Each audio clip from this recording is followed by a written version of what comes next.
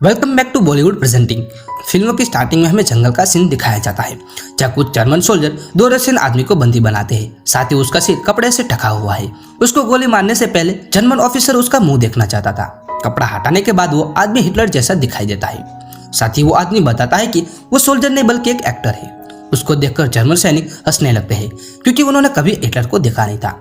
वो German officer Hitler की acting करने को बोलता है। वो आदमी हिटलर की एक्टिंग भी करता है जिसको देखकर जर्मन सैनिक खुश हो जाते हैं। इसके बाद वो जर्मन ऑफिसर उसको गोली मारने को ऑर्डर देता है, लेकिन तभी एक गोली फायर होने की आवाज आती है। वो गोली सीधे जर्मन ऑफिसर के सीने में आ लगती है। दूसरी गोली एक सैनिक को लगती है। उन सबके बीच एक सैनिक एक गाड़ी के नीचे जाकर छिप जाता है। वो सैनिक अपना हेलमेट निकालकर बाहर रखता है ताकि वो स्नाइपर की दिशा जान सके, लेकिन यह गोली कार के टायर के आर पार होकर उस सोल्जर की खोपड़ी को फाड़ देती है। जिसके बाद एक स्नाइपर सोल्जर बाहर आता है। वहीं उस सोल्जर को भी चोटें आई हुई होती है। वो सोल्जर कुछ भी नहीं बोलता और वो मरे हुए सैनिकों से खाना और गन की गोलियां ले लेता है और दूर जंगल में गायब हो जाता है। और यहाँ पर हमें पता चलता है कि यह फेमस रेड कोस्ट है जिसने ईस्टर्न फ्रंट पर कई जर्मन सोल्जर को अपना शिकार बनाया है। जहाँ ईस्टर्न फ्रंट पर अब जर्मन सोल्जर रेड कोस्ट से डरते थे। कुछ वक्त बाद वह जर्मन सैनिक आते हैं और वो मरे हुए जर्मन सैनिकों की लाशों को देखते हैं। जहाँ जर्मन ऑफिसर बताता है कि पिछले 2 महीनों में रेड कोस्ट ने 60 से भी ज्यादा जर्मन सोल्जर को मार दिया है। इसके बाद कर्नल रेड कोस्ट को पकड़ने की जिम्मेदारी कैप्टन ब्राउन को देते हैं। मूवी के दूसरे सीन में सोवियत संघ की एक टुकड़ी को उसी जंगल में गुजर रही होती है। जंगल में चारों तरफ मरे हुए सोल्जर की डेड बॉडी पड़ी हुई है। वहीं भारी बर्फ पड़ने की वजह से उनको दिक्कतें भी आ रही है और साथ ही उन्होंने कुछ दिनों से खाना भी नहीं खाया है। वहीं उस टुकड़ी में एक प्रेग्नेंट लेडी मीरा भी है जो एक मेडिक डॉक्टर है जो घायल हुए सोल्जर को दवाई देने का काम करती है। जेट उस टुकड़ी का लीडर होता है। काफी दिनों तक जंगल में घूमने के बाद उन्हें रहने का ठिकाना मिल जाता है और वो घर काफी दिनों से बंद था, इसलिए सोवियत सोल्जर उस घर में जाने से डर रहे थे। सभी चारों तरफ देखकर घर के अंदर एंटर होते हैं। घर के अंदर जाते ही उन्हें घर के अंदर डाइनिंग टेबल पर काफी सारा खाना, वोडका और पानी मिलता है। जहाँ एक सैनिक तुरंत वोडका पीने की जल्दबाजी करता है, लेकिन दूसरा सोल्जर उसको वोडका पीने से मना करता है, जिसके कारण उन दोनों के बीच झगड़ा हो जाता है।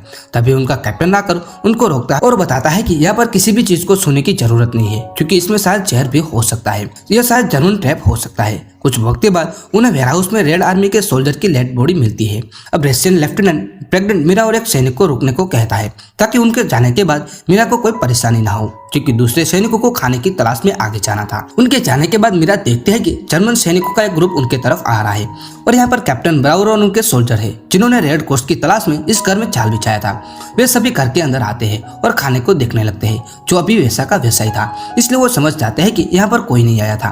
वहीं वो रेड आर्मी का सोल्जर था, वो पीछे के दरवाजे भागकर लेफ्टिनेंट के पास आता है और बताता है कि वो 30 जर्मन सोल्जर थे, इसलिए मैं मीरा को वहाँ अकेला छोड़कर आ गया। और दोस्तों ये सुनकर लेफ्टिनेंट उस सोल्जर को एक जोरदार मुक्का मारता है। वहीं उस घर को जर्मन सोल्जर आकर घेर लेते हैं, लेकिन उनको पता नहीं था कि इस घर में प्रेग्नेंट मीरा भी मौजूद है। जहाँ जर्मन सैनिक रेड कोस्ट के बारे में बात कर रहे होते हैं तभी एक सोल्जर उस बॉक्स के ऊपर बैठा है जिस बक्से में प्रेग्नेंट मीरा छुपी थी, जिसकी वजह से मीरा डर जाती है और बक्से में जरा सी हल्की सी आवाज आती है जिससे जर्मन सोल्जर सुन लेते हैं। जिनमें से एक जर्मन सोल्जर आकर वो बॉक्स खोलता है और उसको उसमें मीरा दिखाई देती है और वो सोल्जर बॉक्स का दरवाजा बंद करके वहां से चला जाता है जैसे कि वहां कोई था ही नहीं। जब वो सोल्जर बाहर की तरफ जा रहा होता है तभी ब्राउन उसको बुलाता है और वो सोल्जर को फिर से बॉक्स ओपन करने के लिए कहता है। ब्राउन को उस बॉक्स में मीरा दिखाई देती है। मीरा काफी मुश्किल से टूल पर बैठ पाती है क्योंकि उसको दर्द हो रहा है। जर्मन कैप्टन ब्राउन उससे पूछताछ करते हैं। मीरा डर के मारे झूठ बोलती है और कहती है कि मैं यहीं रहती हूँ और डर के मारे बॉक्स में छिप गई थी।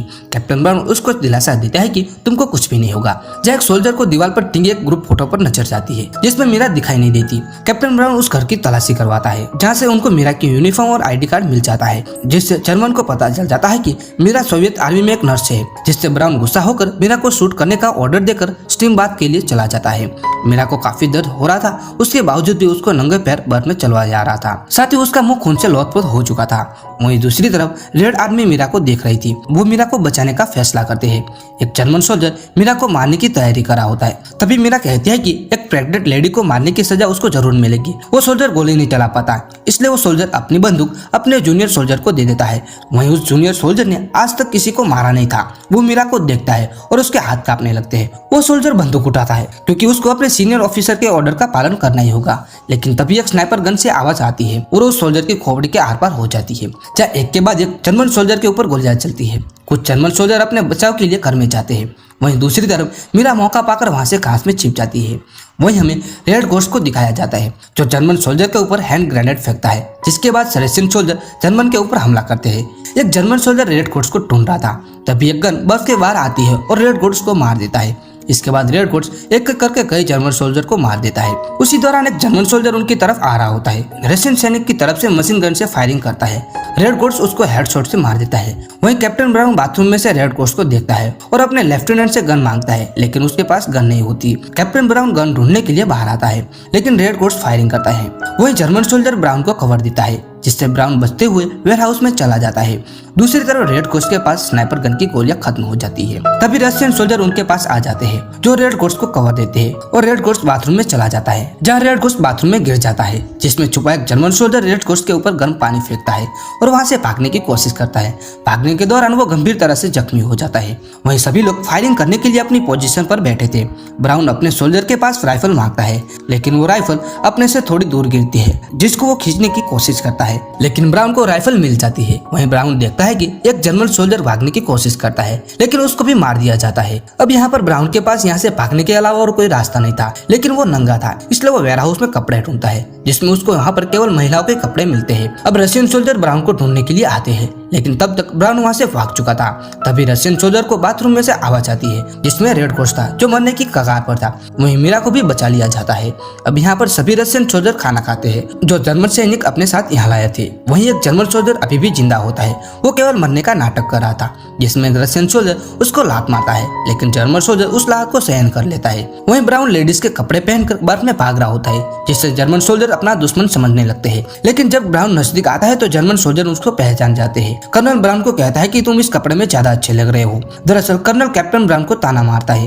ब्राउन कुछ ज्यादा ही गुस्सा हो जाता है रेड घोस्ट पर। वो अगली जंग के लिए तैयारी करता है। वहीं सोवियत सोल्जर अपने प्लान के बारे में बात कर रहे होते, तभी उनको मीरा की रोने की आवाज आती है, क्योंकि उसको पेट में दर्द हो रहा है। लेकिन कमरे में एक ही ऐसा आदमी होता है जो मीरा की मदद कर सकता है। वहीं दरवाजे के बाहर जख्मी हुआ जर्मन सोल्जर मौका पाकर वहां से भाग जाता है। वहीं जैक जानता था कि बच्चे को कैसे जन्म दिया जाए। वो इसकी मदद से मीरा के बच्चे को जन्म देता है। बच्चे की रोने की आवाज की वजह से रेड घोस्ट जाग जाता है और वहां से चला जाता है। रेड घोस्ट चाह रहा होता है, तब जैक कहता है कि जर्मन सेना यहाँ पर कभी भी आ सकती है। इसके बाद वो सभी सोल्जर को अलर्ट रहने के लिए बोलता है। वहीं कुछ ही देर में कैप्टन ब्राउन अपनी सेना के साथ उस एरिया को घेर लेते हैं और दूर से हमला करने के लिए मोटर गन लेकर आते हैं और बमबारी करने लगते हैं। रशियन आर्मी उसके पलटवार में मशीन गन से वॉर करते हैं। एसएस कर्नल मशीन गन के ऊपर मोटर गन से फायरिंग करने का कहता है। तभी जर्मन सोल्जर को पीछे से गोली लगती है। हमें फिर से रेड घोस्ट को दिखाया जाता है, जो कब से जर्मन सोल्जर का वेट कर रहा था। वहीं जर्मन एसएस कर्नल ऑर्डर देता है कि सभी सोल्जर लगातार फायर करते रहे और तभी उनके पास एक ग्रेनेड आता है और एक बहुत बड़ा धमाका होता है। दूर से ब्राउन समझ जाता है कि उस धमाके में एसएस कर्नल मारा गया है, इसलिए वो खुद जर्मन सोल्जर की सेना को लीड करते हुए आगे बढ़ता है। वहीं रेड घोस्ट एसएस कर्नल के नजदीक जाकर उसको गोली मार देता है। दोनों पक्ष की तरफ से काफी सारे सोल्जर मारे जाते हैं। जर्मन सोल्जर घर के नजदीक आ गए होते हैं। वो ग्रेनेड से हमला करते हैं, लेकिन वो उसमें सफल नहीं होते।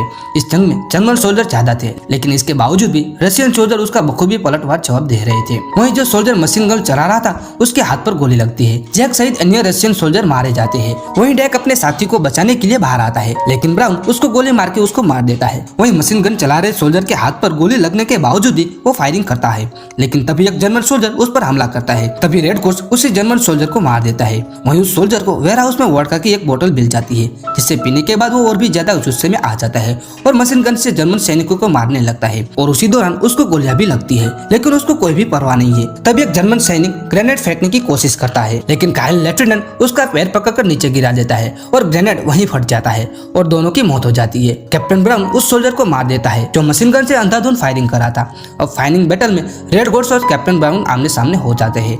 दोनों हैंड टू हैंड फाइटिंग करते हैं। कुछ वक्त की लड़ाई के बाद कैप्टन ब्राउन रेड घोस्ट पर भारी पड़ रहा था। एक सीन में रेड घोस्ट चलती हुई आग पर गिर जाता है। ब्राउन अपनी गन रेड घोस्ट के हेड पर रखता है, लेकिन तभी रेड घोस्ट एक नुकीली चीज से ब्राउन को पेट में घुसा देता है, जिसकी वजह से कैप्टन ब्राउन की उसी जगह पर मौत हो जाती है। रेड घोस्ट अपने आप को संभालते खड़ा होता है और उससे पहले उसको गोली लगती है और वो गोली चलाने वाला और कोई नहीं बल्कि वही जर्मन सोल्जर था जो मरने का नाटक कर रहा था। यहाँ पर लेफ्टिनेंट हंसने लगता है क्योंकि उसने रेड घोस्ट को मार दिया था, लेकिन तभी गोली आकर उसे लगती है और यहाँ पर पता चलता है कि यह गोली एक रशियन सोल्जर ने चलाई थी जो बच गया था। दूसरी तरफ मीरा अपने बच्चे के साथ सेफ थी। कुछ वक्त के बाद हमें दिखाया जाता है कि किसी और जगह पर जर्मन सोल्जर रेड क्रॉस की तलाश कर रहे थे। वो गांव के लोगों पर दबाव डाल रहे थे रेड क्रॉस के बारे में। एक सोल्जर एक बच्चे के ऊपर गन रखता है और रेड क्रॉस के बारे में पूछने लगता है। तभी किसी दिशा से गोली चलती है और जर्मन ऑफिसर मारा जाता है। जो एक्टर और उसके बच्चे को पकड़ा गया था वो बिना डरे जर्मन सोल्जर को सामना करते हैं, जिसमें गाँव वाले भी साथ देते हैं और कई जर्मन सैनिकों को मार देते हैं। तभी हमें एक शख्स को दिखाया जाता है जिसके हाथ में एक स्नाइपर गन है, जो बिना बोले जर्मन सोल्जर के डेड बॉडी से जरूरी सामान लेकर वहां से निकल जाता है। जो बर्फ में मैदान में जाकर पीछे की ओर देखता है जहां उसे रशियन सर्वाइवर दिखाई देते हैं। और दोस्तों यहाँ पर हमें पता चलता है कि रेड क्रॉस एक नहीं